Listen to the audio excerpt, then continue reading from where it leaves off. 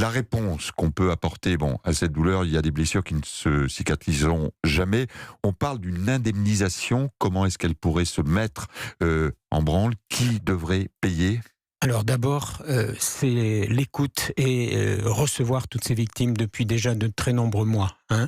Oui, ce sont des scandales et nous en sommes pleins de honte, à vrai dire. Et il faut sortir de là, il faut aider.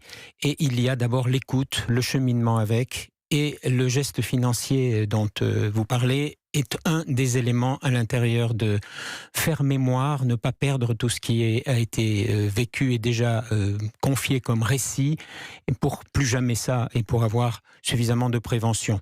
Alors les évêques de France travaillent sur un geste financier qu'on appellera plutôt une allocation de reconnaissance. Plutôt qu'une indemnisation. Oui, l'indemnisation est plus réservée lorsqu'il y a eu un procès civil.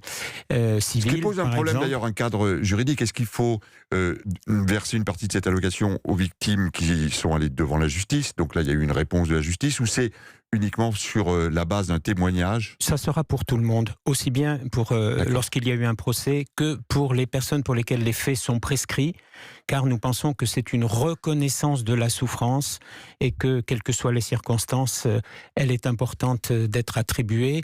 C'est donc une allocation de reconnaissance de la souffrance sous la forme d'un forfait.